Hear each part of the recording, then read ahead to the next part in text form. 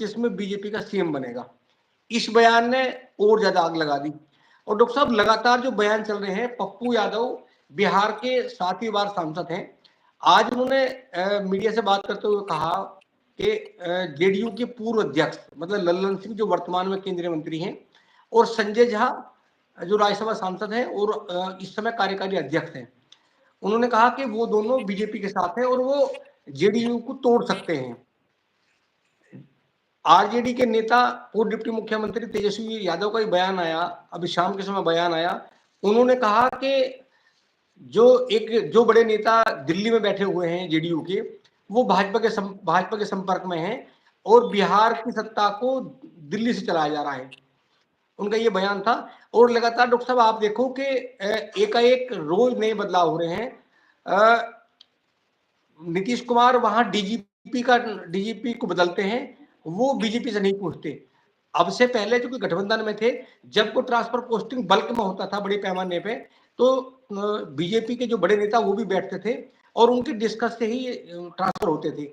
वो एक दिन अचानक लगातार आज से 8 दिन पहले डीजीपी बदल देते हैं, विजय कुमार को तैनात कर देते हैं, बीजेपी से नहीं पूछते। बीजेपी पब्लिक डोमेन में इस बात को नहीं कहती, लेकिन बीजेपी वहां राज्यपाल बदल देती है, और जब राज्यपाल बदलती है तो नीतीश कुमार से नहीं पूछती। 2 दिन पहले नीतीश कुमार बड़े पैमाने पर बल्क में बड़े पैमाने पर आईपीएस और आईएएस के ट्रांसफर कर देते हैं। वो एक साथ 62 आईपीएस के तबादले करते हैं और 55 आईएएस के ट्रांसफर करते हैं। तो आईपीएस और आईएएस वे जिले जहां इस समय जो बीजेपी बाहुल लोकसभा है या बीजेपी बाहुल विधानसभा है, वहां वो जो उनके अपने अति विश्वसनीय आईएएस और आईपीएस है, उनकी वहां तैनाती कर देते हैं। तैनाती के पीछे की वजह यही होगा कि हो सकता है, इससे लगातार कयास लगाए जा रहे हैं राजनीति में कि दोनों दलों के बीच सामंजस्य नहीं है, और एक साथ बल्क में एकदम ट्रांसफर करने का मतलब है कि कहीं ना कहीं वो पहले से अपनी तैयारी मजबूत कर रहे हैं नीतीश कुमार, कि कल अगर सरकार से अलग होना पड़े, बीजेपी से अलग होना पड़े और आरजेडी या दूसरे दलों के साथ गठबंधन में आना पड़े, तो कहीं अगर शोर शराबा होता है तो जो उनके विश्वसनीय अधिकारी हैं वो तमाम व्यवस्था को संभाल लें। लगातार इस तरह की बातें हो रही है। जहां तक चिराग पासवान का मामला है, चूंकि लोक जनशक्ति पार्टी जो चिराग पासवान की है, अभी तक 2024 तक अगर हम बात करें बिहार में, तो दोनों के बीच में, वहां चाचा भतीजे के बीच में तारतम्य नहीं था, पार्टी टूट गई थी। वो पार्टी जो रामविलास पासवान जी ने बनाई थी, वो पार्टी चिराग पासवान के चाचा पशुपति पारसनाथ के पास चली जाती है और चिराग पासवान अलग पार्टी बनाते हैं। बावजूद इसकी जब 2024 का बिहार में चुनाव होता है, तो एनडीए की ओर से 5 सीट चिराग पासवान को दी जाती हैं और 100% रिजल्ट आता है, वो 5 की 5 सीट जीत जाते हैं, अब मंत्री बनते हैं। एकाएक कल जिस तरह चिराग पासवान के बहुत करीबी जो उनके कारोबारी हैं, बहुत करीबी पांडे जी के यहाँ ईडी की बड़ी दबिश होती है, जिसके बहुत सारे मायने निकाले जा रहे हैं। इनके चाचा पशुपति पारसनाथ ने ये भी कह दिया कि 2 सप्ताह पहले से लगातार चिराग पे दबाव है कि बिहार में लोक जनशक्ति पार्टी मतलब चिराग की जो पार्टी है, जो उनके सांसद हैं, उन्हें बीजेपी के साथ मर्ज कर दिया जाए।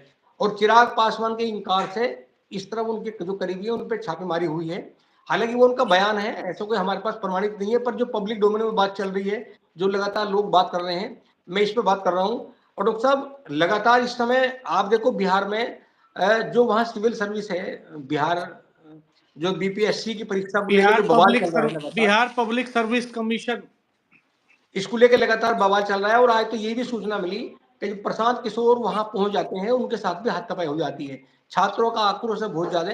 हालांकि लगातार लगभग 2 सप्ताह से वहां लगातार छात्र प्रदर्शन कर रहे हैं। उनकी मांग है कि दोबारा से परीक्षा कराई जाए, लेकिन कुछ वजह होगी तो सरकार उनकी मांग मानने को तैयार नहीं है।